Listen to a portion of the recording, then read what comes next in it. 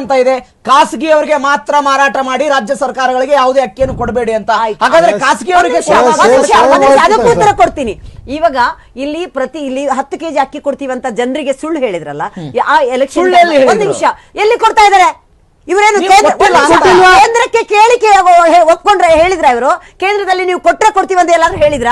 ಕೇಂದ್ರಕ್ಕೆ ಒಂದು ಜವಾಬ್ದಾರಿ ಇದೆ. ಜವಾಬ್ದಾರಿ ಸ್ಥಾನದಲ್ಲಿ ಒಕ್ಕೂಟ ವ್ಯವಸ್ಥೆಯಲ್ಲಿ 31 ರಾಜ್ಯಕ್ಕೂ ಅವ್ರು ಕೊಡ್ಬೇಕು. ಈಗ 31 ರಾಜ್ಯದಲ್ಲೂ ಎಲೆಕ್ಷನ್ ಆಗುತ್ತೆ, 10 ಕೆಜಿ ಕೊಡಿದ್ರೆ ಎಲ್ಲಿ ಹೋಗ್ಬೇಕು? ಅದ್ರ ಬಗ್ಗೆ ನೀವು ಯೋಚನೆ ಮಾಡ್ಬೇಕಾ ಬೇಡವಾ? ನೀವು ನಿಮ್ಮ ಆಲೋಚನೆ ದುರಾಲೋಚನೆ ಇರ್ಬೋದು, ನಾವು ದೂರಾಲೋಚನೆ ಮಾಡ್ಕೊಂಡು ಹೇಳಿರ್ತಾರೆ. ಒಂದು ಎರಡನೇದು, ಯಾವಾಗ ಈಗ ಅಕ್ಕಿ ಇದೆಯಾ, ಇವಾಗ ಬೇರೆ ಏನು ನೀವು ಪೊಲಿಟಿಕ್ಸ್ ರಾಜ್ಯ ಈ ಅಕ್ಕಿ ಬಗ್ಗೆ ಮಾತಾಡಬೇಡಿ. ಫಸ್ಟ್ ಹೇಳೋದು ಮಾನ್ಯ ಸಿದ್ದರಾಮಯ್ಯ ಅವರಿಗೆ ನೋಡಿ, ಆಹಾರ ಮಂತ್ರಿ ಅವರು ಹೇಳಿದ್ದಾರೆ, ಕೇಂದ್ರದ ಮಂತ್ರಿ ಅವರು, ಅಕ್ಕಿ ಇದೆ ದಯವಿಟ್ಟು ಎಲ್ಲರಿಗೂ 10 ಕೆಜಿ ಅಕ್ಕಿ ಕೊಡಿ. ಅದು ಬೇರೆ 34 ರೂಪಾಯಿ ಕೊಡುವ ಅವಶ್ಯಕತೆ ಇಲ್ಲ. ಈಗ 28 ರೂಪಾಯಿಗೆ ಒಳ್ಳೆ ಅಕ್ಕಿ ಸಿಗ್ತಾ ಇದೆ ಅಂದಾಗ ಯಾಕೆ ಕೊಡ್ತಾ ಇಲ್ಲ? ಈಗ ನೀವು ದೂಸರಾ ಏನು ಮಾತಾಡದೆ ಎಲ್ಲರಿಗೂ 10 ಕೆಜಿ ಅಕ್ಕಿನ ಕೊಡಿ. ಈಗ ಕೇಂದ್ರ ಸಚಿವರು ಅವ್ರು ಹೇಳಿದಂಗೆ ನಡೆದಿಲ್ಲ ಅಂದ್ರೆ ನಾವು ಉತ್ತರ ಕೊಡ್ತೀವಿ. ಈಗ ಅವರೇ ಹೇಳಿದ್ದಾರೆ, ಅವರೊಂದು ಜವಾಬ್ದಾರಿತ ಸ್ಥಾನದಲ್ಲಿ ಇದ್ದಾರೆ, ಕೇಂದ್ರದ ಮಂತ್ರಿ ಇದ್ದಾರೆ, 330 ಲಕ್ಷ ಟನ್ ಅಕ್ಕಿ ಇದೆ ಅಂತ ಹೇಳಿದಾಗ ಈಗ ಕೊಡ್ತಾ ಇದ್ದಾರೆ, ಕೊಡಿ. ನಾವು ಹೇಳುದು ಇಷ್ಟೇ ನೋಡಿ, ಫ್ರೀ ಬೇಸಿಕ್ ಕೊಡ್ಬೇಕು, ನಾನು ಇಲ್ಲ ಅಂತ ಹೇಳ್ತಾ ಇಲ್ಲ. ಯಾರಿಗ್ ಕೊಡ್ಬೇಕು, ಯಾರಿಗೆ ಅಕ್ಕಿಯ ಕಷ್ಟ ಇದೆ ಅವ್ರಿಗೆ ಕೊಡ್ಬೇಕೇ ಹೊರತು ಎಲ್ರಿಗಲ್ಲ. ನೀವೀಗ ಬಸ್ ಅಲ್ಲಿ ಎಲ್ಲರೂ ಹೋಗಿ ಅಂತ ಹೇಳ್ತೀರಾ. ನೀವು ಇವತ್ತು ಒಂದ್ ನಿಮಿಷ ಇಲ್ಲಿ ಮಹಿಳೆಯರಿಗೆ ಉಚಿತ ಪ್ರಯಾಣ ಮಾಡಿದ್ರೆ ಅದು ಬೇಡ, ಇಲ್ಲಿ 2000 ರೂಪಾಯಿ ಕೊಟ್ರೆ ಆರ್ಥಿಕ ಹೊರೆ ಆಗುತ್ತೆ, ಬೇಡ. ಮಧ್ಯಪ್ರದೇಶದ ಚುನಾವಣೆಯಲ್ಲಿ ಅದನ್ನು ಘೋಷಣೆ ಮಾಡಿದ್ರೆ ನಿಮಗೆ ಪ್ಲಸ್ ಪಾಯಿಂಟ್ ಆಗುತ್ತೆ. Let me answer for this. ಇವಾಗ ಬಸ್ ಫ್ರೀ ಕೊಡಿ.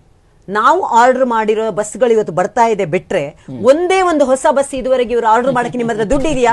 ಇವತ್ತು 1,000 ಕೋಟಿ ತನಕ ಗ್ರಾಚ್ಯುಟಿ ಫಂಡ್ ಪೆಂಡಿಂಗ್ ಇದೆ, ಅದು ಕೊಡ್ತಾ ಇದ್ದೀರಾ? 9 ತಿಂಗಳಿಂದ ಹಾಲಿನ ದರದ ಅವರ ವ್ಯತ್ಯಾಸ ಕೊಡ್ಬೇಕಾಗಿತ್ತು, 980 ಕೋಟಿ, ಅದು ಕೊಡ್ತಾ ಇದ್ದೀರಾ?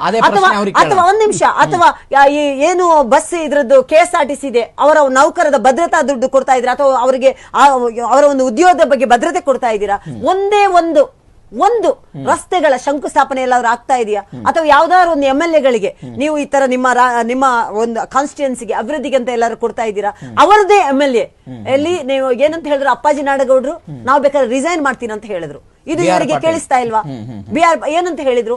ನಾವು ಹೇಳುದು ಇಷ್ಟೇ, ಜನರ ಹತ್ರ ಜನರಿಗೆ ನೀವು ಸುಳ್ಳು ಹೇಳ್ಬೇಡಿ. ಪರ್ಟಿಕ್ಯುಲರ್ ಆಗಿ ರೈತರು ಈ ಒಂದು ರಾಜ್ಯದ ಒಂದು ದೇಶದ ಒಂದು ಜೀವನಾಡಿ, ರೈತರ ಬಗ್ಗೆ ಇಷ್ಟೊಂದು ರೈತ ವಿರೋಧಿ ಸರ್ಕಾರ ಅಂತ ಎಲ್ರಿಗೂ ಗೊತ್ತಾಗಿದೆ. ರೈತರಿಗೆ ಕೊಡ್ತಾ ಇರುವ ದುಡ್ಡನ್ನು ಕಟ್ ಮಾಡಿದಿರಾ, ಬಿತ್ತನೆ ಬೆಲೆ 47% ಜಾಸ್ತಿ ಆಗಿದೆ, ಮಳೆಗಾಲ ಶುರು ಆಗಿದೆ. ಅಥವಾ ರೈತರಿಗೆ ಕೊಡ್ತೀವಿ ಸುಮ್ನೆ ಆದ್ರೂ ನಾವು ರೈತರ ಪರ ಅಂತ ಹೇಳಿದ್ರೆ 4,000 ರೂಪಾಯಿ ರಿಲೀಸ್ ಮಾಡಿ ಈಗ. ಅಥವಾ ರೈತರ ಪರ ಅಂತ ಹೇಳಿದ್ರೆ ರೈತರ ದುಡ್ಡು ಅಕ್ಕಿ ತಗೊಳ್ಳಿ. ಅಥವಾ ಕೇಂದ್ರದಲ್ಲಿ ಅಕ್ಕಿ ಇದೆ, ಈಗ 10 ಕೆಜಿ ಅಕ್ಕಿ ಕೊಡಿ, ಈಗ ಮಳೆಗಾಲ ಬರ್ತಾ ಇದೆ. ಸುಮ್ ನೋಡಿ ನಾವು